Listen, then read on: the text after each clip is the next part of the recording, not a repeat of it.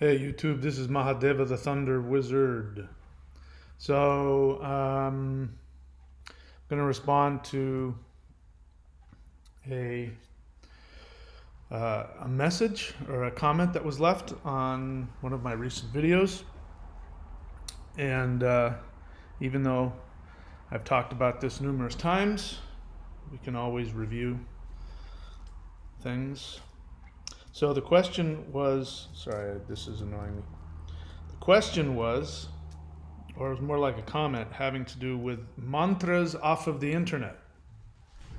And somebody was commenting about or musing about mantras on the internet that you can use to cause other people harm.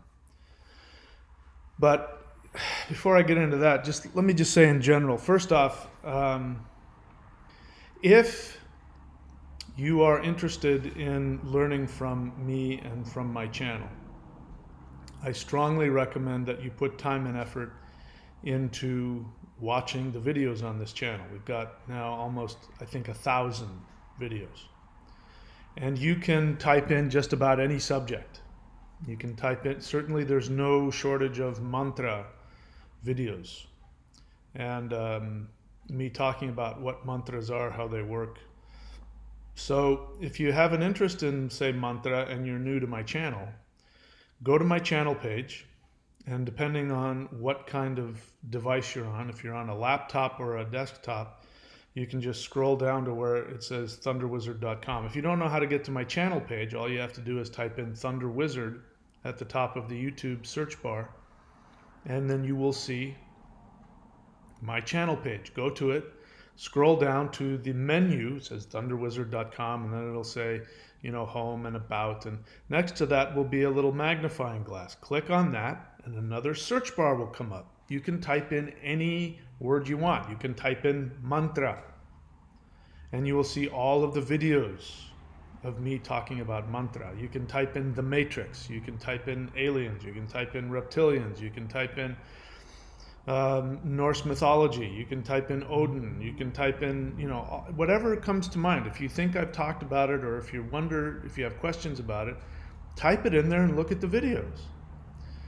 I'm working hard to try and overcome one of my failings, which is that I get impatient and I get offended when people ask me questions, or real simple questions about stuff I've talked about for hundreds of hours. And I understand that most people don't come onto YouTube with that mindset of a researcher. I do. I've always been like that.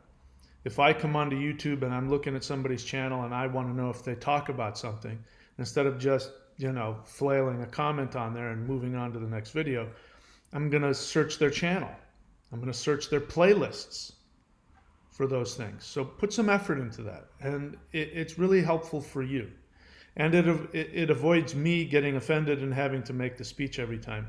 However, every time people do that and they leave comments either out of ignorance or if they make stupid comments, then it gives me an opportunity to talk and complain. So on the one hand, I should be grateful because it gives me things to talk about.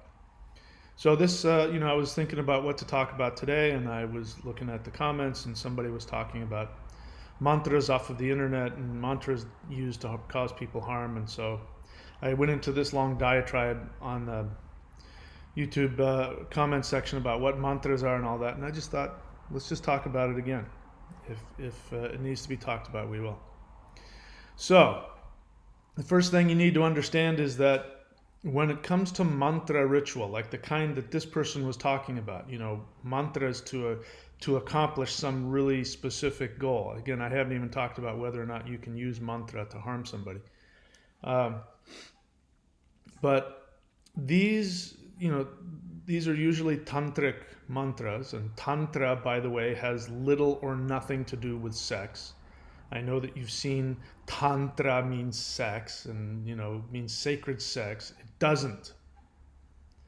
Tantra means technique, and it does have to do with the merging of masculine and feminine. But in India, if somebody says, "Oh yes, I practice tantra," It means that you do very specific kind of rituals with very specific, um, recipes on what to do, and you offer this and you do this under at this day at this time, facing this direction, and you there. It means there's a bunch of techniques involved.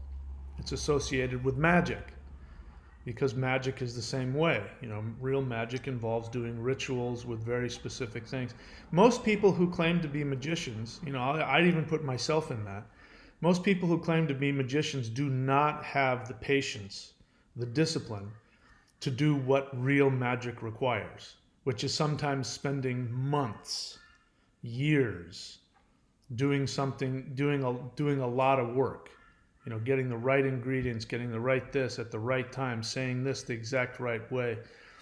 So the likelihood of going onto the internet and being able to pick up a mantra that's supposed to do this magical thing, the likelihood of, number one, that being a valid mantra without a qualified master to teach you how to do it, that right there will get rid of any effectiveness of the mantra. But even then, even if you were lucky enough to know exactly what you're supposed to do at what time and when, the average person who's just going onto the internet looking for that mantra is not. You don't have the discipline. And the day of tantra is over. The time when people, we're talking about India 100 years ago. When you've got a lot of people who live out in rural areas, and they're farmers, and they've got a lot of time on their hands, and so they've got a lot of access to natural herbs and things like that, and they can spend a couple hours a day going and finding the right herbs from the right tree and going to the specific spot, and then planning the whole thing out, and some of it is just takes so much time and effort. We don't have that. Unless somebody's really dedicated, we just don't have that. People don't have that kind of time, for one hand, and if most people, they live off the internet. Their whole life is based on their connection to this nothing. So tantra really has to do with being connected to the physical world around you. So let me just dissuade you, anybody looking for that kind of magic online, your likelihood of being successful is very small. But let's talk about what mantra is. So, mantra comes from two words, man and tra, and it means mind, vehicle. Mantra means mind, vehicle. So what is mind? Mind is it's not your intellect. It is the part of your mind that specifically reflects the soul. Man means moon. And man comes from the same root in both the Sanskrit, which is, we're talking about mantra, which is a Sanskrit word, and in the English word man, meaning human. Nowadays we say mankind for human, but originally the word man meant human, both male and female. And humans are called man because man means the mind. So it means that our ancient ancestors understood that what separated humans from the rest of animal and plant creation is that humans have a mind that reflects the soul, which also means that there's a level of self-awareness that humans have that the rest of created life may not have. And the mind, the word for mind and moon is the same thing. So man means mind, it means moon, and it means human. So the suffix tra means vehicle, or comes from vehicle, that which transports you. And so a mantra is that which the mind rides. Okay? My experience with mantra is that a true mantra it's very similar to African drumming. Now, you may not know why I'm saying that, but only in this one aspect. The African drumming that I learned, very specific, tradition. And when you went to go learn this specific drumming tradition, you couldn't, what most people think African drumming is, you just show up and everybody does a drum circle. I was down here at the park across the street last night, and there were people showing up and they were bringing djembes and things.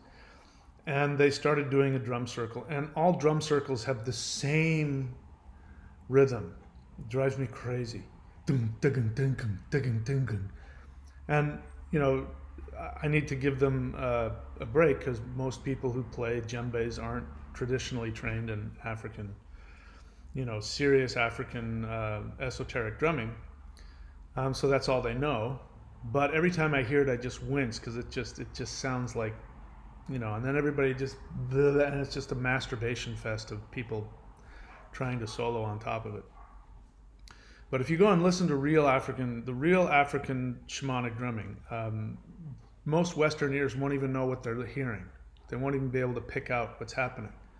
It won't even sound like that. But each one of those rhythms is very specifically designed. And so when you're part of a troupe, there's a leader, and if you're learning, they'll give you one rhythm. And that one rhythm might be 2 notes. Bep, bep, bep, bep. But you have to know exactly where to place those 2 notes in this huge train of all these other rhythms. And they all come together. And what I was told by my teacher is that if one drummer misses a note, he curses the whole village.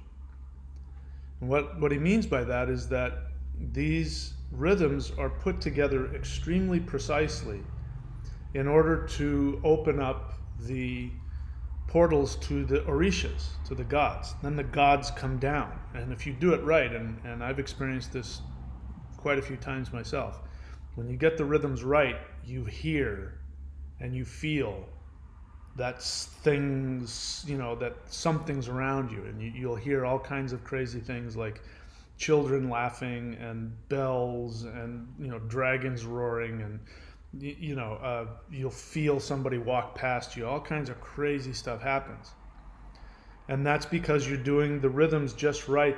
That creates this perfect recipe, this perfect equation that opens up the portal to the other realm. That's drumming to me. So when I hear just chaos, it hurts my ears. I don't like it. So mantra is like that. Mantra is completely different from just, your basic spell, which just says, "Oh, give me this," blah blah blah. It's you're using sound and sound vibrations, very specific sound, seed sound keys in specific orders to open up portals to other aspects of reality that you're bringing into manifestation. So, for instance, tantric mantra is that you're going to be doing something to a specific deity. And the idea is that when you've reached the level of saturation, where you've done the mantra the prescribed number of times under the right conditions, using the right materials, the right offerings at the right time of day, the number of repetitions, the number of days or months in a row, then it ends up reaching this capacity where you now have enough energy to open up the portal. And then the deity appears to you. And then you get to ask the deity for whatever you want. That's ideally how it works. So the idea that somebody can just go onto the internet and grab any mantra that they see and just chant it a few times and get something out of it is very slim.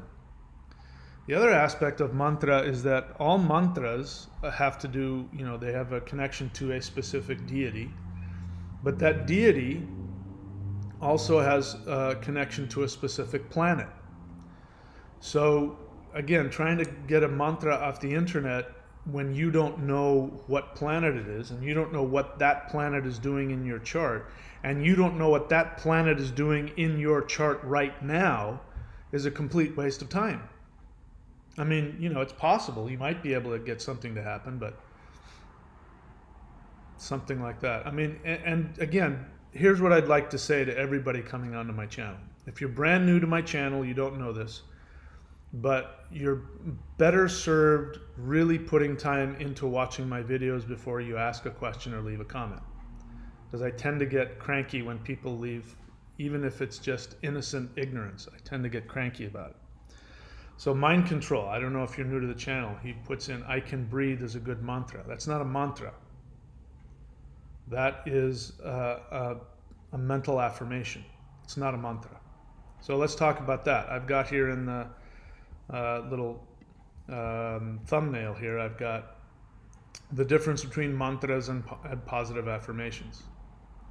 Mantras are not positive affirmations. I mean, I use that word colloquially as well when I say, my mantra is that I make money doing what I would do anyway. That's my mantra. Make money doing what you would do anyway. But that's not a mantra. That's an affirmation. It's a colloquialism. So a mantra is not that. A mantra is a very specific sound vibration. So even though if you're doing technically mantras are kind of in the realm of Vedic Hinduism. They're the ones that have really gone in and mastered that science. Even though it will be a language and you'll be saying something in a language, the progression of the sounds, of the seed sounds put together, creates an equation. And so unless you know what you're doing, you can't play around with that equation. You have to know exactly what you're doing, otherwise you're taking something out and it's not going to work. And while you can mentally listen to what it says, I'm trying to think of like Shivoham. Shivoham is a mantra. It means I am Shiva. Shiva, Ham, I am. Shivoham, I am Shiva. And while that means something, and your mind can be thinking about what that means, the progression of the sounds, of those three sounds, Shivoham, do different things to the chakras and open up different portals and do all those kinds of things. And then there's different kinds of mantra. There's mantra that is just for meditation. That's just to help your mind to meditate. There's mantra that is going to be helpful for accomplishing something. And then there's going to be the tantric mantras that are meant to go out in the world and achieve a change and all that. So for instance, let's say, like somebody wants more money and they don't know how mantras work. They don't know how planets work and astrology, and how mantra and astrology come together and really become a science. Then they might think to themselves, oh, I'm going to go and find a Lakshmi mantra because I looked on the internet, mantras for money, and then Lakshmi will come up. And so they'll go and they'll start chanting to Lakshmi, and they may or may not have any success. And that's because Lakshmi is associated with the planet Venus. So the question is Venus working in your chart to give you money or not? For me, Venus is debilitated. So it doesn't serve me to do mantras to Venus, because that's going to take me a really, really long time to get, it's going to I'm trying to look at this backwards here. It's going to take me a really, really long time to get Venus activated to do anything helpful. Oh God, I just screwed that up. Sorry, I have to get my look perfect. There we go. It's going to take me a long time to get Venus to do anything helpful for me. So just because you read on the internet that Lakshmi brings money doesn't mean that that's going to work for you. And you've read things like Saturn brings misery.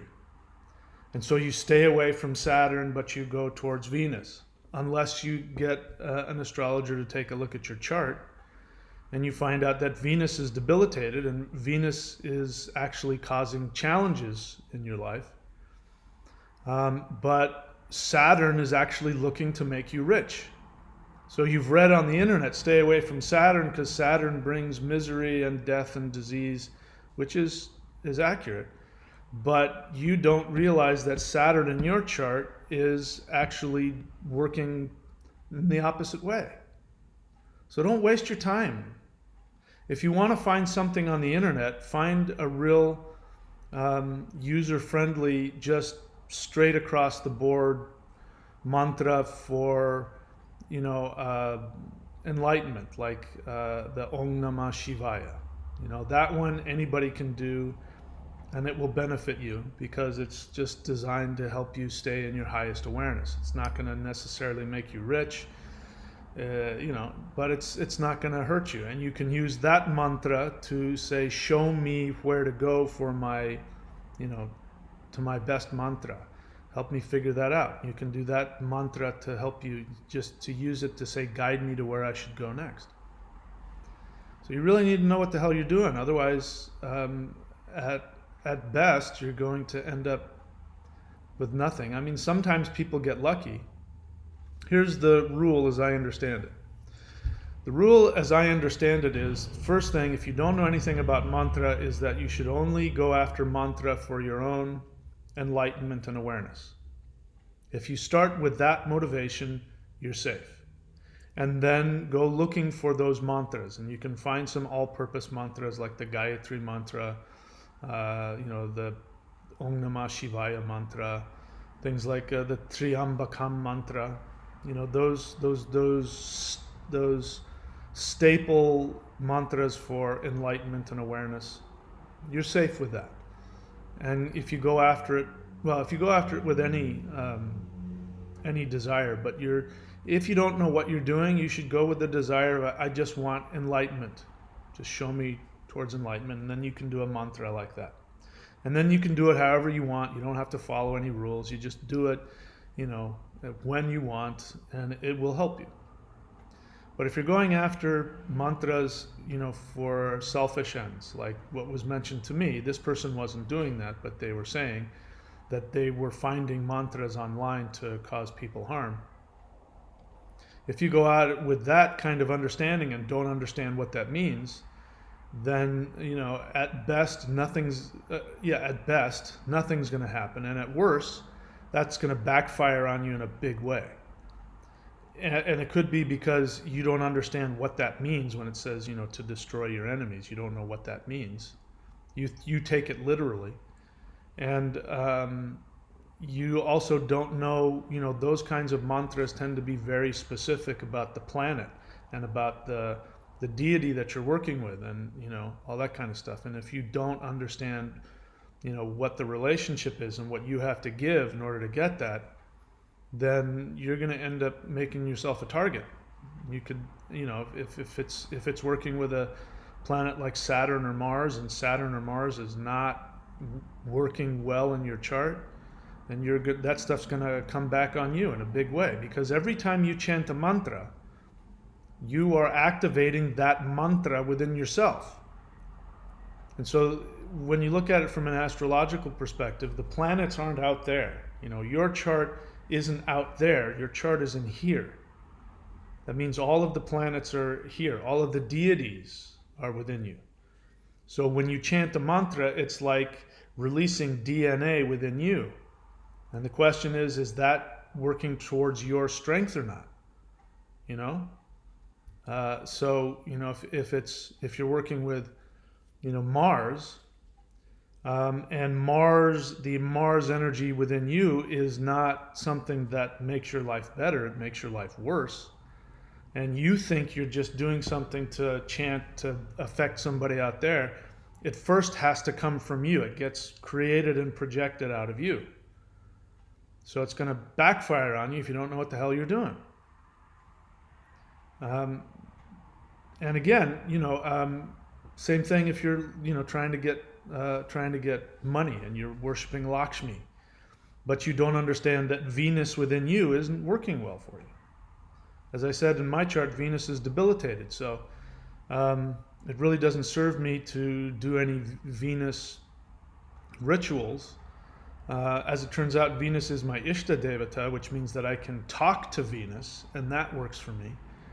But to do any kind of mantra ritual isn't necessarily gonna help me. Now, Mars is considered to be a malefic planet, which means that Mars is destruction.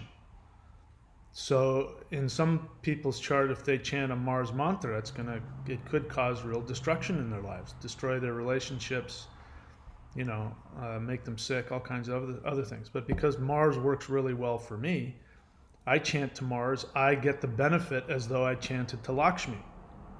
Because Mars in my chart is actually holding me up, which is why, for me, I'm not happy if I don't go to the gym and lift weights. I'm not happy if I don't do, vigorous physical exercise. I can get away with being aggressive in my work. What I do here, I get aggressive with people. I can get away with that because Mars helps me. Other people, it's going to do the opposite. So you got to know what the hell you're doing. And, I guess I get annoyed, and it's not anybody's fault because this is the world we live in, where we've got people who don't understand the value of having a teacher. They don't understand the value of learning. They haven't been taught how to truly research. And so they just go and type stuff in on the internet and then just go do it. And it's not their fault. They only know what they know. It's annoying to me because, people just cavalierly throw out their ignorance, and that annoys me, but that's not their fault. So I also wanted to take a look at some comments here, and I'm deciding if I should look at comments or if I should answer questions first. I guess I can answer questions first and then take a look at comments. All right, so let's see. Again, this is a question and answer. We only got 14 people on. So let's see here. I don't see a question here. Oh, Renee. Question: what to do if we experience negative mental effects while chanting a mantra? Well, what does that mean, negative mental effects? How do I know it's negative? You might be having, what do you mean by mental? Do you mean emotional? Or do you mean that you start thinking strangely? The thing to be worried about is, where did you get the mantra? So Renee, you're my student, so hopefully you've gotten the mantra from me, which means that I've found it in your chart. So if I'm doing my job right, that mantra wants to go in and help you. If we're dealing, like when somebody gets a reading from me, I will, unless something else in the chart, jumps out at me, I will give them a mantra based on their Dharma Devata. So Dharma Devata means the planet of your life path. Your life path is going to be associated with your unconscious mind. Your unconscious mind has all of your false beliefs, all of your self-sabotage, all of your past life karmic fears, all of the stuff that your parents taught you that didn't work for you, as well as all of the positive karmic stuff you've built up, as well as all the things that are working for you. So when you chant to your Dharma Devata, all these things will come up, and the point of it is that it makes you aware of what's in your unconscious. So I happen to know you, Renee, and I happen to know that you've been blessed with a lot of interesting things to work through in life.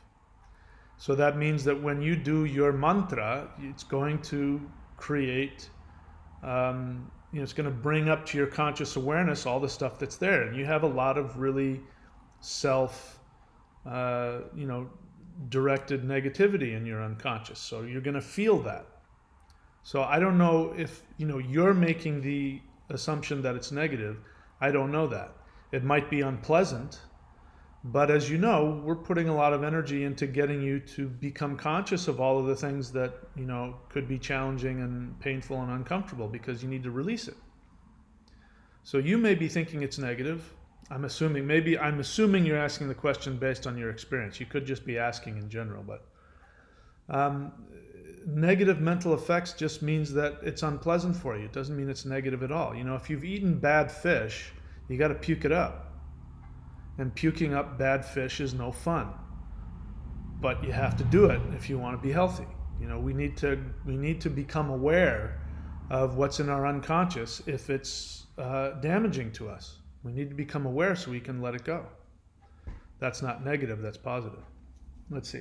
Started a chant to Kali and the mental drama was spectacular. Well, Kali is Saturn, and Saturn is karma. So it means you've got some karma to work through. So I would stay with it. Unless there's a reason why working with Saturn or Kali is a bad idea, and I don't have your chart in front of me, so I don't know. But if assuming Kali is a good deity for you to work with and Saturn is a good planet to be working with, then it's just this is unavoidable. You're just going to have to deal with it. That's why it's good to have a spiritual practice. That's why it's good to have a teacher. I was just realizing this recently as I was looking at somebody's 9-world rune reading. And so on the 9-world rune reading, you can see what the conscious experience is of the person, and then you can see what's really going on underneath it. And what you find lots of times is that somebody's conscious experience is not the same as what's really happening underneath. So you could have a challenging conscious experience, but what's really happening is that underneath things are going really well. You could also have the opposite, where you have a neutral conscious experience, but underneath it there's some real problems that you're not aware of. So based on what I know about you, I'm going to assume that this is the same thing we've been working on. It's not about feeling good. It's about being conscious of what's there, and if there's challenging stuff there, it serves you to be conscious of it, and when you become conscious of it, it's going to be challenging. And Kali is one of those deities. You look at her, she's fierce, she's got blood coming out of her mouth, and that's from her, that's the blood of the demons that she's eating. The demons are your karmic self negativity. You don't know that, so when she goes in there and starts devouring that, you experience her as really challenging. But she's also going to bring to your awareness the stuff that you've been denying. And if that's going to be painful, if you've been denying painful experiences and thoughts and feelings, she's going to bring it to your awareness. Doesn't mean it's bad, it's just difficult. So it's the same thing. We've been doing this for a long time. It's not about feeling good. That one of the things that will be helpful for you is to learn how to tolerate your negative feelings. And you can still take positive action regardless of the fact that you might be sad, you might be angry, you might be fearful, you might be, whatever else. But it just means you got to puke that bad fish up. All right, let's see what else. Question again, should I stop chanting to Mahakali? I don't know. Maybe use a different mantra. I don't know. If you want, we can take a look at your chart. So I know that you've bought an extra session, and I haven't had time to get around to it, but we should spend time and do that, get together and look at your chart. Dean Nevin's question, I had a run-in with a snake at my house. I think it may have some deeper meaning for me in a similar way to your snake incident. How do I determine if it is arbitrary or important? I honestly don't know. I didn't know what the instance Dean Nevin is talking about is just before the coronavirus turned into a pandemic. I had a couple of experiences with snakes, and I won't get into it, but I came to the conclusion after that the meaning of that was that I was going to be protected, that my house was a safe place from the virus, because snakes among other things represent viruses. So I don't know the specific meaning, but what I would do is I would just meditate on it, and if it's been brought to your attention so much so that you believe it might be an omen, then I would just meditate on it, and just meditating with the question of what does this mean should give you an answer.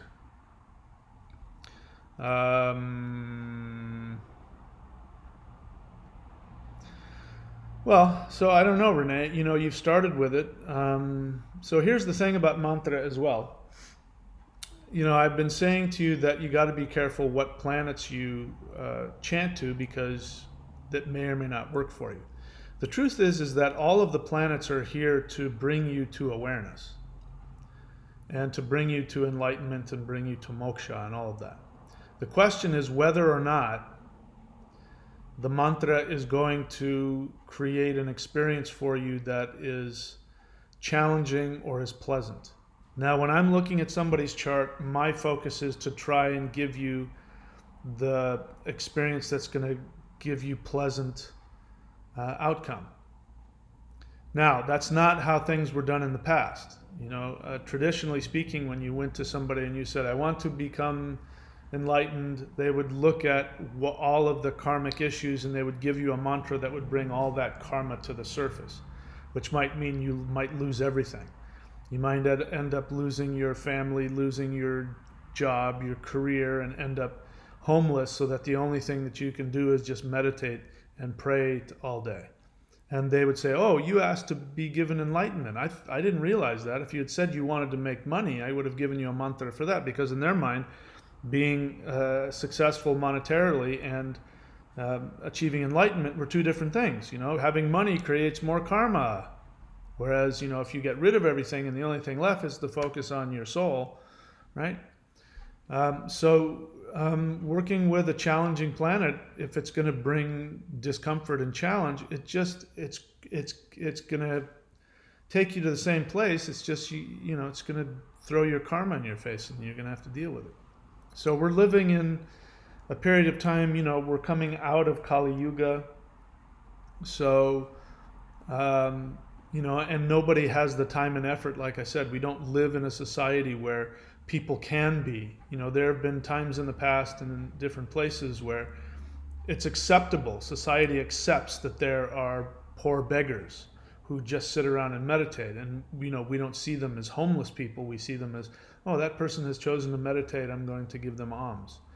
Whereas in our society, you've got homeless people, and we see them as problems, and so this is not the time or the society for people to be stimulating the planets that are going to force them to be homeless and have to just spend their whole time in a loincloth praying.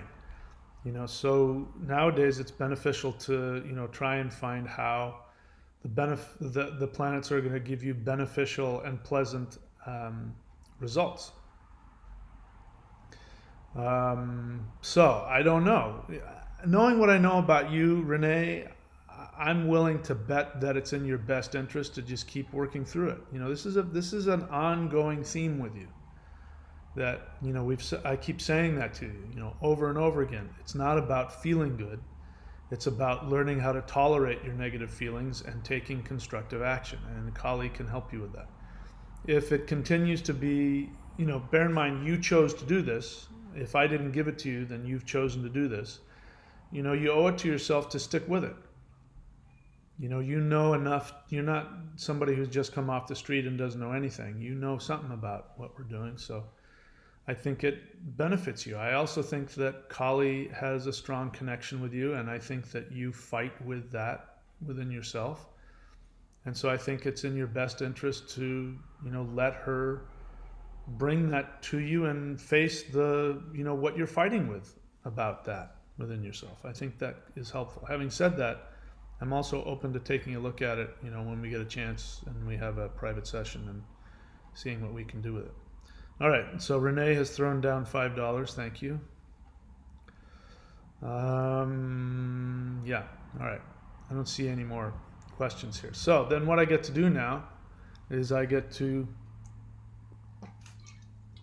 take a look at some of the comments here, and then I get to do my thing, which is to do my aggressive thing.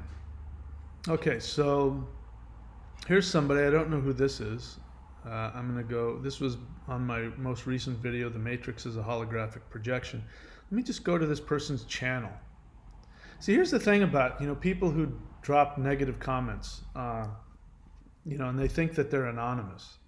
This is one of the things I want people to not feel like they can get away with that, because it's an illusion to think that just because nobody sees you and you're, this faceless, nameless person on the internet, that when you bully people and when you attack people, you're not nameless and faceless to the universe.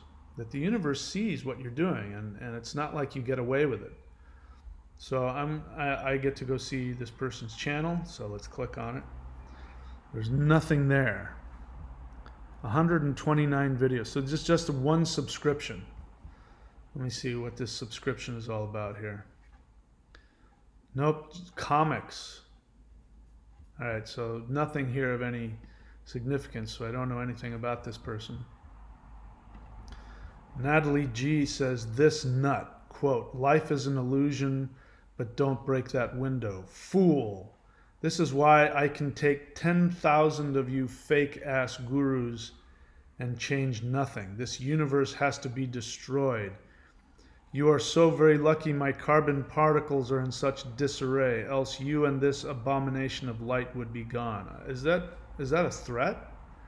Are you threatening my existence? Are you saying that if you could, that you would wipe me out of existence?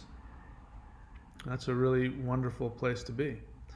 Elon Musk and the so-called Illuminati. Now, how do you know Elon Musk is an Illuminati? Because he's rich? So you're a victim. So you have drunk the Kool-Aid that says that anybody that's more successful than you is an Illuminati, which means that they've forced their way into their position of power and privilege, and they're forcing you to be poor and to be a loser. So you're a victim. Elon Musk and the so-called Illuminati have 1 million more times knowledge than you. What does that mean? I still don't know what 40 to 50,000 Starlink satellites are actually for. Do you, punk? What? So I'm a punk because you don't know what satellites do? Because you're ignorant? So your ignorance is because they're doing it to you? Elon Musk and the Illuminati, they're doing it to you without your knowledge, and because you haven't put the time and effort to actually research it and find out. I'm a punk. The great curse is coming. Can you feel it yet? Just look around. Not for me. Actually, my life is really good. My life gets, seriously, my life gets better every day. I mean, I'm not opposed to the possibility of having challenges come up. I'm aware that happens, but my life gets better and better. So I'm really sorry that you seem to be so upset, and that your idea is to get rid of anybody who says something positive, I guess. Let's see if there's anything else here. There's some stuff that I want to look at, but I don't know that I'm ready to tear somebody apart yet. Somebody asked, based on my most recent video, The Matrix is a Holographic Projection, somebody asked, I've experienced myself within a bubble-like structure and projecting images onto the surface of the bubble, all sliding over each other. Have you ever experienced anything like that? Nope. That doesn't mean your experience isn't real. It just means that I haven't experienced it. Let's see, what else? Anything else?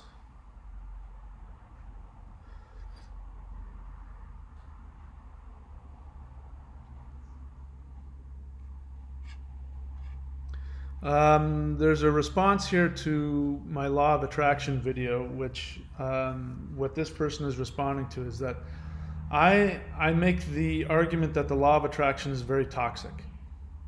Even though on the surface it looks very benign, it's actually quite toxic. Because what it says is that if you have good thoughts and good feelings, good things come to you. And if you have negative thoughts and negative feelings, then negative things come to you. And that's toxic, because that's the kind of thing that toxic, dysfunctional parents say to their kids. They don't allow kids to have their negative feelings. They don't allow kids to cry and be mad. And if you aren't allowed to do that, then if you do that in front of those kinds of people, then they shame you. I'll give you something to cry about. You better wipe those tears off that face. You better come in here with a good attitude, or I'll knock you into next week. And what ends up happening is that we go into life, and whenever we have negative feelings, we end up shaming ourselves out of those feelings. And that is the same with religion. If you are positive all the time and you believe in light and love, and then everything is good, then then God will be good to you. Like it says in the Old Testament, Jehovah says to Moses, "I am that I am. Those that love me follow all of my commandments. And if you love me, I will bless you this way, this way, this way." And he says, "Those that do not follow all of my commandments hate me. And if you hate me, I will curse you this way, this way, and this way." So it means that you can't even have any negative feelings. You can't be angry. You can't have any sadness. You can't be frustrated. You can't be confused, because that's not spiritual. So the law of attraction puts on a happier face. It's like cotton candy. It tastes really sweet, but it rots your teeth out, and it doesn't give you any nutrition. And so people are constantly trying to keep themselves happy all the time, and then they end up shaming themselves, which creates this toxic loop of, I got to be happy or the universe is going to punish me. Now, they're not told that, but that's the message. If you're not happy all the time, you're going to be punished. And the universe doesn't care what your feelings are. The universe cares what your actions are. It's just like relationships. Unless you've got some kind of serious, emotional issue, you don't really care if somebody is happy or sad. You care if they treat you well. That's what you care about. If they say they're going to do something and they do it, you like them for that. You appreciate that. And, that works in life. You can have all of your negative feelings. You don't have to deny them. But if you take action in a positive, constructive way, you treat people with kindness and love, people will turn around and treat you that way, no matter how you feel. And that's really the lesson. So this person is responding to that, saying, there's a difference. Well, I'm not going to say what this person says, but there's a difference between indulging in positive thoughts and feelings and not being able to push them away. I always tell people that they should have all of their feelings. So if you're sad, you're miserable, you should own that. Find somebody who will listen to you. Don't complain about it. Don't have temper tantrums. Go find somebody that will listen and tell them your thoughts and your feelings, somebody that will love you and accept you with those thoughts and feelings. And then go take positive action. Go take actions that will give you what you want. Go believe in yourself. If you've been programmed to not believe in yourself, then you can't change that programming. In other words, you can't make that feeling go away. You can't make the feeling go away that you're worthless and nothing works for you. You can't get rid of that feeling. But what you can do is you can ask yourself, what would somebody do who felt the opposite? So try and imagine if you don't believe in yourself and you don't think that life, that you don't deserve anything in life, then ask yourself, like this guy up here, like this is what this person is saying here. The reason why this person is so angry at me is because I'm giving actually positive message in that matrix video, which is I'm saying if you take positive action, the universe will give you what you need. And I'm saying that this illusion that you live in is not something to run away from, that trying to run away from it is just denial, and it's just going to cause you more pain. Instead, turn the experience around. If you're having a negative experience, there are ways that you can turn that experience around by taking positive action. And so what this person is saying, let's listen to this, using my words. This person says, this nut, quote, life is an illusion, but don't break that window. So this person is really angry that they are in what they believe to be an illusion. The assumption is that if they can destroy the illusion, that they'll get to real life, and that real life will be pleasant to them. But what this person doesn't want to know, and why they don't like me, is because I'm saying you are fully responsible for what is being projected, in this case, on that window. You're projecting that. And it's nobody's fault. Nobody's doing it to you. And so this person doesn't want to hear that. This person wants to believe that they are a victim, and so they're going to break the window, which means, they're going to run away from what they've chosen to experience in life. Now, if this person was willing to drop the victim mentality, and again, listen, the person calls me a fool and says, this is why I can take 10,000 of you fake-ass gurus and change nothing. This universe has to be destroyed. Elon Musk and the so-called Illuminati have 1,000,000 more times knowledge than you. So, this person believes that there's an Illuminati, that people above them have all of the power, and that this person is a victim, and that the Illuminati is creating this illusion, and if they can just break through that illusion, they'll be okay. But, when people ask me, why don't I escape the matrix? I said, because I'm having too much fun. And, if you want to escape the matrix with the assumption that if you escape this matrix, that the other side of the matrix will be better for you, what's going to happen is that you're going to be in even more real discomfort, because you're going to take your projection with you. So if you believe that you're a victim and you want to blame everybody for your pain and misery instead of taking responsibility for choosing it, either you've created it based on your actions and your assumptions in this lifetime, or you've brought it with you from previous lifetimes, and the challenge is to get over it, to work through your karmic issues and change your reality. You're going to take that wherever you go. So if you are a victim in this reality, and if you were to destroy this reality, then you would create another reality that might even be worse. So go ahead, break the glass, escape. It's not going to change anything. You're just going to create another prison for yourself somewhere else. If you learn to understand that this is an illusion that you can transform into your perfect fantasy, then when you do escape, then you will go to a greater world, because you will understand you create it. So this person is really not angry at me. This person is angry at themselves, and this is called projection. We take the feelings we have towards ourselves, and when we can't tolerate the feelings that we have, we project it onto others. So this person is projecting onto me, calling me a fake-ass guru, threatening to destroy me. You are so very lucky, my carbon particles are in such disarray, meaning their body. So in other words, here's again, this person says that they're a victim, that they are in disarray, so they can't control their reality. Because if they could, they would destroy me.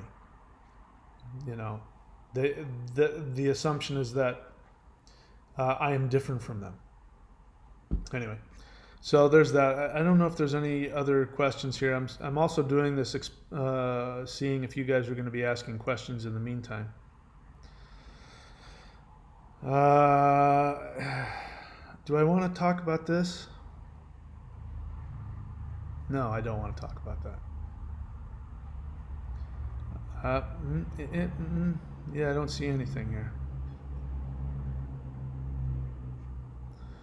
All right, nothing else that I want to talk about.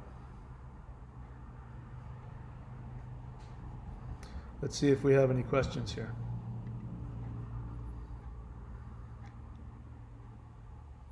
Renee, question: what does the shamanator have to say about chanting? He'll say the same thing I do, but in a funny accent. I'm not in the mood to do that today, so I'm not going to do it. Question, secondary, unrelated to the theme of this Q&A. Could you elaborate, provide references on what the number 666 represents in depth, in general, and in context of its use on this planet? The Bible is right. In one thing, it says it's the number of a human. That part is right.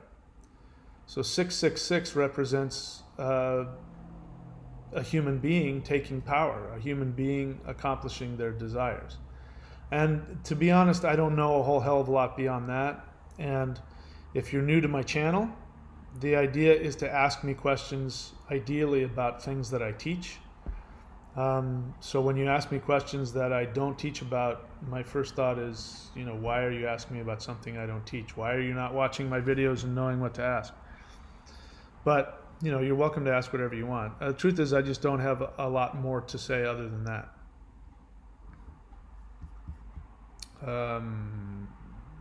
Okay, is that it? All right, so if you're not asking questions, I gotta... Wait, I saw something about... Did I see something about African drumming? Why did I see that? No. Oh, here it is. Oh, okay, so that's not a question. All right. So, you know the deal. If you don't ask questions, I got to either sell you something or entertain you. So the first thing I'm going to do is talk to you about the lockdown package, which will be coming to an end fairly soon because the lockdown is going to come to an end and things are going to get back to normal, whatever the heck that means. People are going to go back to work. And so what I've done during this lockdown is I've decided to give away all of my services that I have control over. So that includes 2 certifications. That includes how to become a life coach and help people accomplish their dream career. It includes the Qigong practices. It includes, I don't even know, but basically absolutely everything, every video course that I sell that I have control over. $3,214 worth for free. The only thing that you pay for in that package is you work with me for at least 2 hours on other services that I provide to you through Skype. And bear in mind, it's not really something that I want to do. I want to get to the place where I don't have to be, making sure that I, get up and deal with clients that I don't like that. I don't like being stuck to a schedule. But I want to make sure that I give something of value to people. So you would not be able to get through any of these, or you would not be able to get through all of this stuff before this lockdown is over. And you have an opportunity to make 3 businesses out of it if you choose to. I'm not making any guarantees, but I teach you 3 different avenues to create a business that I also employ. ThunderWizard.com is the subscription site. So if you want to support this channel and support me coming on and doing these videos as often as I am, then go there and subscribe. And subscription, I believe subscription should not be just a donation. I believe that you should get something for it. So at the $25 level, you get access to my Mastery Shamanism course, hundreds of hours of teaching from A to Z people. The reason why I created that is because people say, where do I start? I don't know where to start. So I tell you exactly. I start from A, B, C, D, and I teach you a mastery of shamanism. And then there's the Manifestation Mastery course as well. And then there are higher levels when you can be an apprentice and work with me on a regular basis. So that is, that's really one of the things that helps pay my bills so that I can do what I do, which is spend all my time on here making videos and giving out information. And then we have courses.thunderwizard.com, which is all my books and everything else. But most of the stuff that's there is on the lockdown package, except for the books. The books, I don't have control over that. So of course, subscribe and hit the bell button. All right. Any other questions? Donna Lilly, question. Can chanting the runes be used with one's regular mantra to help heal any internal conflicts to achieving one's desires? Well, so far I have not seen runes getting in the way of mantra. I don't know that I would use it with mantra. I would have them as two separate things. Maybe I would spread them apart. I would do one in the morning and one in the evening, just so that you don't avoid mixing of energies. Mantras and runes have similar functions, but they're not the same. But, it's like saying, should I work out and take vitamins? Yeah, you can do both. But my suggestion would be to separate them. Don't do them at the same time. Separate them out. The thing that I do recommend you doing together is doing the Celestial Qigong, which is given for free here in the Thunder Wizard, or the Lockdown package. Do the Celestial Qigong and then do the mantra. That will enhance the power of the mantra greatly. I mean, I've had a lot of success using those together. So I do the Qigong as a warm-up to warm up my body and my energy body, and then I go straight into the mantra ritual. Then I make sure to close down, because the two of those together will empower the life force energy and the kundalini. So you'll be like buzzing afterwards. So you're going to need to do the close down. So make sure you follow the close down routine in the Celestial Qigong. If you want the most powerful thing to accomplish desires, that's it. Qigong, mantra ritual. If you don't have a mantra ritual, as I said, it serves you to get a reading from me or from one of my apprentices. Or you can just teach yourself, and I teach you how to create a mantra for yourself. And the way it works is you've got to know what the three planets are that are working for each of your three minds. Your conscious mind, your subconscious, and your unconscious mind. And there's a planet for each one of those. And as I said, I usually give people a mantra for their Dharma Devata, which is the planet that is releasing the things in your unconscious mind to help you become aware. The whole idea of that is so that when you are aware of what is in your unconscious mind, then there's nothing blocking you from instantly manifesting your intentions. That's the whole point of that. So getting back to Renee, the benefit of going through all those challenging feelings is that you're cleaning out your unconscious mind, so that when you've worked through, when you get to the place where you have worked through more of your unconscious, in other words, it's like you've got your intention, and then you've got your unconscious resistance, which is all of the unresolved issues, the self-directed negativity in your unconscious mind. When, they're sort of, when you've got more negative than positive, it's like your intentions can't get through. When you have it equal, then there's like this battle back and forth. And when you have, when you've gotten rid of most or more percentage of the unconscious issues in your unconscious mind, then your intentions now start taking over, and you're able to manifest more and more of what you choose. But bear in mind, all those negative feelings are constantly working whether you choose to feel them or not. And we're talking about the difference between, what, positive affirmations are trying to get you to think positive all the time. But that only works if the unconscious mind is clear. But if the unconscious mind, unconscious meaning you're not aware of it, if your unconscious mind is filled with all kinds of negative self-talk, that's what's going to be spewing out into the matrix. And you can tell yourself all day long, I'm happy and I'm healthy, but if the unconscious mind has a different program, it's going to veto every single one of those positive affirmations. So if you can get to the point where you've cleaned out the unconscious, where you don't have a greater percentage of negative self-talk, then the positive affirmations can get in and can be projected onto the screen of your life. So you've got to work through that. That's why I always give people the Dharma Devata mantra, because the Dharma Devata mantra is designed to bring to your awareness whatever the heck is in your unconscious, which is both positive and negative. And what a lot of people don't understand is that when your unconscious mind reveals to you, you are powerful, you are a shaman, you are a teacher, that is going to cause challenging, painful feelings if you've got another program in there that says, no, you can't do that. Your parents tell you that that's bad. You need to be doing something different. You need to be more practical. You need to be a doctor or a lawyer. And if you're not doing that, you're no good. So when your positive feelings of who you are on your soul level starts to come to your awareness, that's going to bring with it any negative feelings associated with that. So I want you guys to stop feeling like you have to run away from your negative feelings. They're just feelings. That's it. They can't do anything to you. The only thing that can do something to you is the actions that you choose to take based on those feelings. And if you are simply a slave to your impulses, every time you have a negative feeling, you got to act on it, then you are not technically human.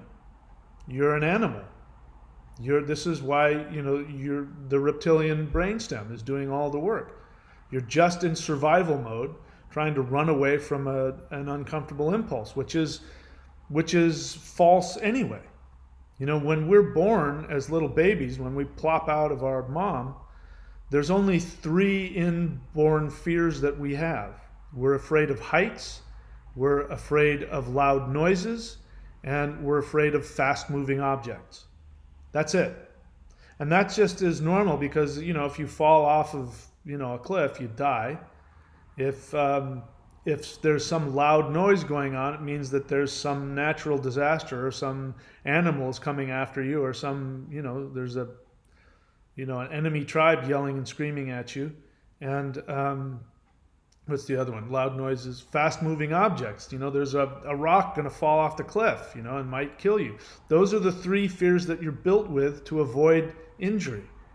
Every other fear that you have is learned, which means it's not real. Your fear of other people's opinions, your fear of being of being poor, your fear of taxes, your fear, whatever it is, your fear of the Illuminati, your fear of government, all of those are learned fears. They're not real. They only become real if you choose to allow yourself to believe that you're that limited. I don't try and talk people out of their their conspiracy theories most of the time, unless it's just ridiculous like the flat earth, which is just absolute ridiculousness. But, if you want to believe that there's an Illuminati out there, that there's a cabal of people in government, and, if you want to believe that aliens are doing it to you and archons are doing it to you, I'm not going to try and talk you out of that. It might be true. As true as that may or may not be, they can't touch me, because I am aware that my soul is more powerful than any of it. And while they can be all around me doing whatever they do to everybody else, they're not going to touch me. Because my soul will create a bubble wherever I go. It'll lead me. This is a good example. I didn't realize that this. I didn't have any psychic awareness that this coronavirus lockdown was going to come and hit Los Angeles really hard. I had no idea that was going to happen. But look what happens. Here I am out here, and I'm in, for me, the best possible place I could be. I'm not affected by it. I make more money now than I do if I was in the States. I'm not stuck at home. There isn't really any danger of the virus here in Australia. They locked it down, and it didn't really affect my life at all. And it doesn't change the fact that there was a lockdown and that there is a virus. It doesn't change any of that. It just means that because I'm listening to my soul and following my soul desire, my soul always makes sure that I'm safe and happy, regardless of whatever else is going on around you. And if you can realize that, then you realize that you create your reality, and other people can create theirs, and just because theirs is crappy doesn't mean that yours will be. Okay, let's see what else. Dean Nevins, in Norse shamanism, do snakes and dragons have an important connection or relationship to each other? I don't know that snakes and dragons do. Dragons represent the lower aspect of your dwarf nature, which means the human aspect that has not achieved its highest awareness. So dragons would be like, when I say that everybody is a reptilian. So it'd be your reptilian brainstem. A dragon is somebody who's operating from fear and greed, and they can be extremely powerful and really destructive. But it's the human being that actually overcomes. In fact, this symbol here, the Eyjolfur, is something that Sigurd got from, I think, Fafnir, his brother. They were brothers.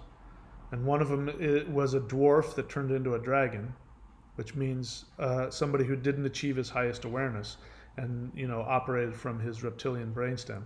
And the other one became the human, and the human fought and killed the dragon and got this back, which is a magical symbol which protects from negativity and corruption and people seeking to take advantage of your, destroy your boundaries. So this is a way of keeping all of your boundaries intact. All right, see what else. Justin Z question, referring to the Qigong, should the close down be done before or after the mantra? After the mantra. You do the Qigong and then do the mantra right afterwards while you're still all buzzed up. Then do the close down. Dean Evans question, lately when I do my whole breath practice, I've been feeling a subtle heat in my hands. Is that a common experience? Yes. That just means that the meridians have opened to your hands. I mean, your hands, have very powerful gates right here. So, yep, that just means that it's opened up the meridians to your hands. So that's good. Custom-made incense, fear of abandonment. Aren't we born with this? No. You're not born with it. It's learned. You only get that if you've been neglected. I have another channel now that is starting to take off, which is, what is it called? Recovery from BPD breakup or something like that. Or anyway, what is it? I can find out exactly what it is in a second here. But it's a channel that I created because I was dating not too long ago a woman who had borderline personality disorder. Whoops, dating a borderline. Let's see, I should come up here. Yep, there it is. Surviving BPD relationship breakup. So I started that channel because it was easily the most toxic and painful experience in a condensed period of time. I'd never experienced anything like that. I thought I knew all kinds of different dysfunctions, and I thought but I'd never experienced anything like that. It was horrific. And so in order to heal from that, I started a channel which was just me doing what I do, just talking about what I was going through. Because when I talk things through, I tend to see things objectively, and then I can take action on it. So it was a desperate way of me trying to get some healing out of it. That channel's starting to blow up. And so people are asking me to keep, putting stuff on that channel. So I have been. And so I've been doing some more research into borderline personality disorder and all that. But, that's an interesting, what you're talking about here is the fear of abandonment is not born. It's not inborn. But if an infant is neglected from like birth,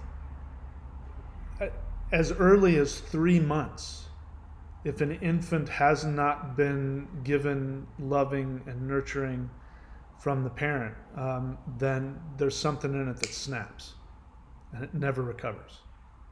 There's something that snaps psychologically, and they become arrested emotionally as a 3-month-old infant scream crying for attention. And their insanity is that they cannot accept love, they cannot attach. And so, as soon as anything stimulates their need, like real intimacy, they flip and they literally go nuts. And they, can go from raging and screaming and throwing things and stabbing people to, just disappearing and accusing people of, they just are absolutely certain that you're out to destroy them and that you hate them, and they can't function. They can't have any relationships. Some of them are so bad they can't have jobs. They can't function at all, and it's simply because that little tiny infants, they were abandoned and or potentially possibly abused, and it just snapped. It broke in them.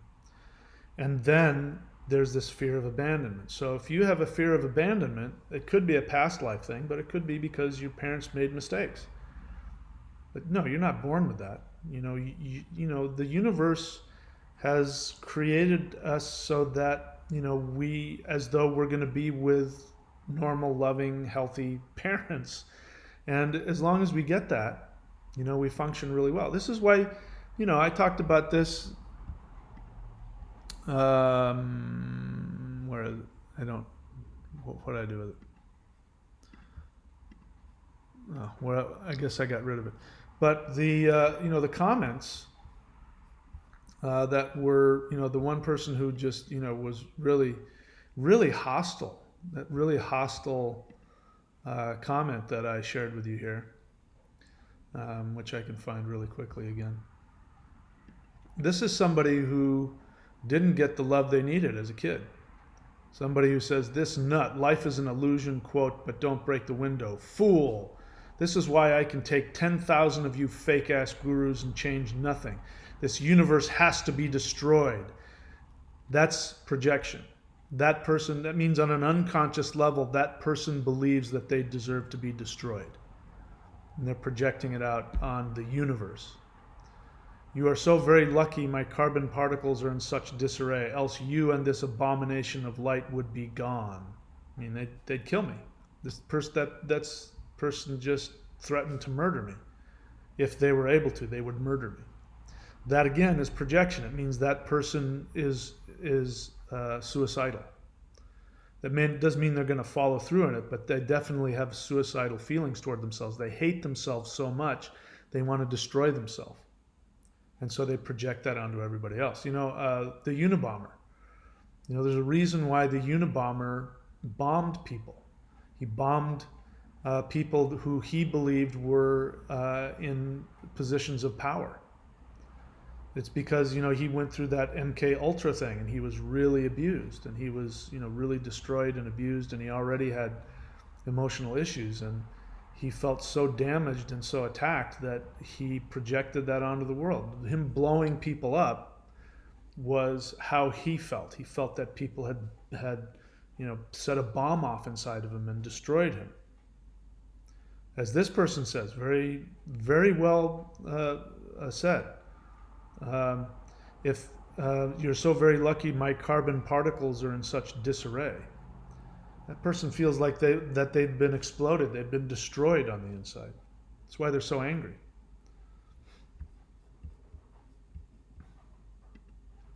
Let's see, what else? Dean Nevin's question: when doing Qigong or spirit fighting, do people tend to have similar experience sensations when working with certain elements? I don't really understand your question. Similar to what? I'm not sure I know what you mean by that. So I can't answer the question. I don't understand it. Tamu and Gina question: can I have that link? I am healing from that relationship. The link, let's see. Can I give you the link? Let's see here.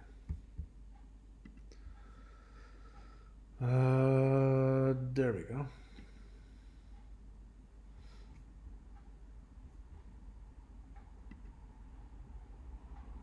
I will give you the link to that page, or to that YouTube channel. There you go.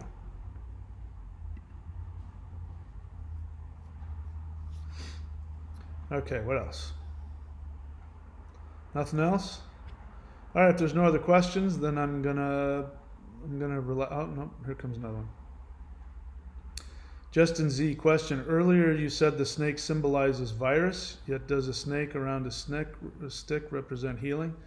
Well, a snake can symbolize virus, but a snake represents poison, and as you know, poison is used for healing. And this is why Shiva is called blue throat, Nilakant, because when the universe was being, when the gods and the demigods were stirring the ocean of milk to get the nectar of immortality, the first thing that came up was the poison. And Shiva swallowed the poison and held it in his throat to purify it. And so this is what the snake represents on that represents using poison to counteract poison.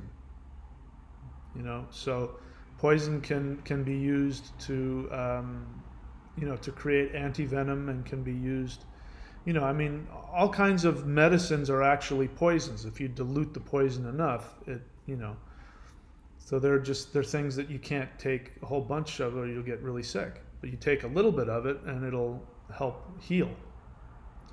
So that's what the snake symbolizes in that. Like in relation to Kundalini. See, I don't think Kundalini is accurately represented as a snake. If I were to represent this, if I were to talk about the snake symbolism with Kundalini, the snake symbolism would be that this is your human consciousness.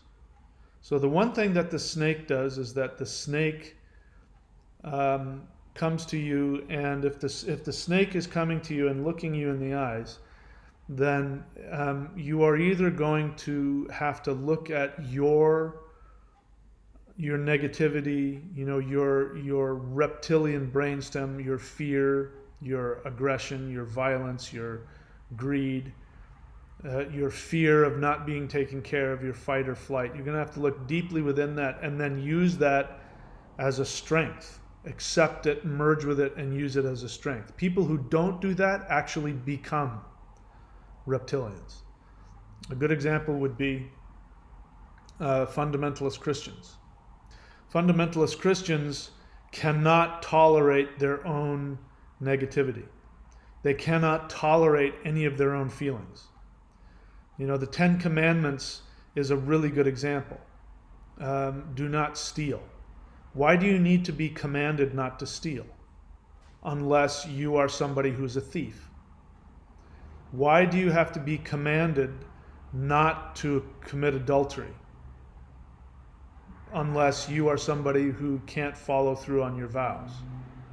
Why do you have to be commanded not to lust after your neighbor's wife? Lusting after somebody's wife is just a natural reaction. You see a couple walking down the street and he's got a hot wife.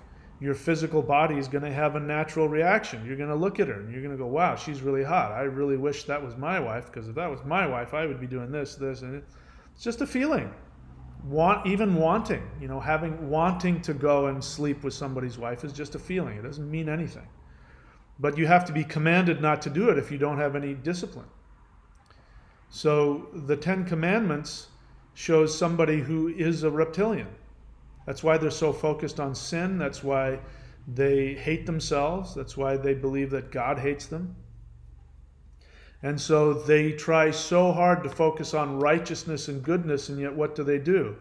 They are the biggest purveyors of racism and of all kinds of, just hating everything and everybody.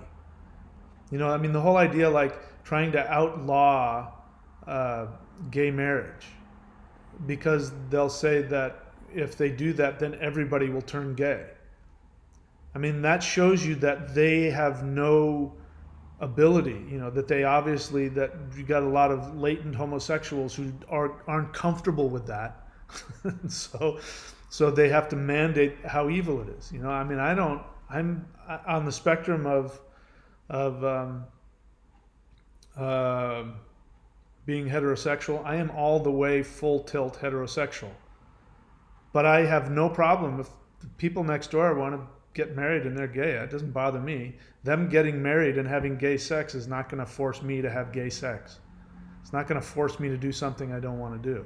So it just shows how frightened people are. So that's why for them the snake represents the most evil, because they cannot look at themselves. They cannot look at their dark side. And real power comes from looking at your dark side and merging with it and then using it as a source of power. So Kundalini represents that. Kundalini rises up through the chakras and you become mature. The chakras are centers of emotional and psychological maturity. That's all they are. People think that if I focus on a chakra, I'm going to achieve enlightenment. It doesn't mean that.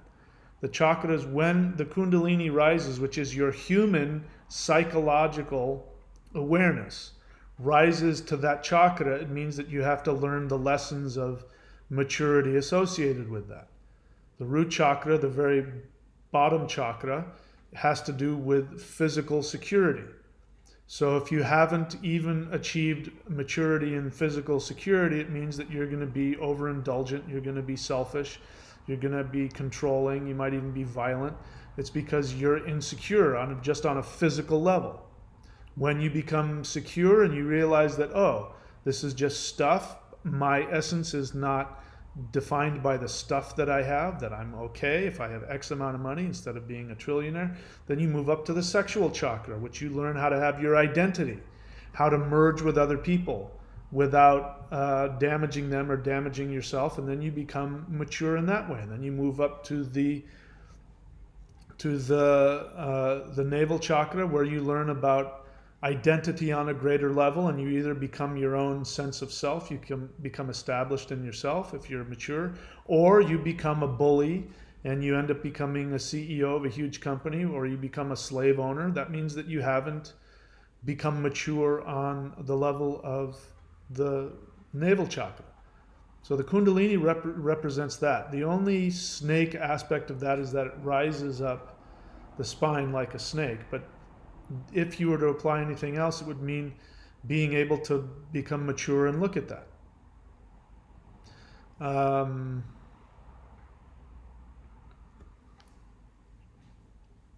So you could say that Kundalini rising up the spine is similar to the healing in the stick. I mean, I'm okay with that. I'm just giving you my take on it. Dean Evans' question, clarification: when different practitioners work with an element, for example, water, do the practitioners tend today have a similar experience, or is everyone experience unique? I don't know that I have an answer to that question. It kind of makes me want to know why you're asking it. Like, do you need to have a similar experience to somebody else to feel like you're having the right experience? I still kind of don't know how to answer it, because I don't know. I would need to talk to you to find out why you're asking the question. So maybe we can look at that question next time we have a session. All right, is that it? I think that's it. All right, my ass is getting numb, so I think I need to go and take a walk or something. All right, so that's it, guys. Again, if you're new to the channel, there's a lot of people who aren't on here, but if you are new to the channel, I recommend that you put time and effort researching the channel. Again, learn how to look at my playlists, learn how to search within the channel for whatever keyword you're looking for. And if you want to go check out that other channel, in case anybody's interested, you can click on that. That's it. That's all I can think of at the moment. All right, guys, thanks so much for your time, and I will see you guys soon. Maybe tomorrow, maybe not. I haven't decided yet. All right, talk to you later.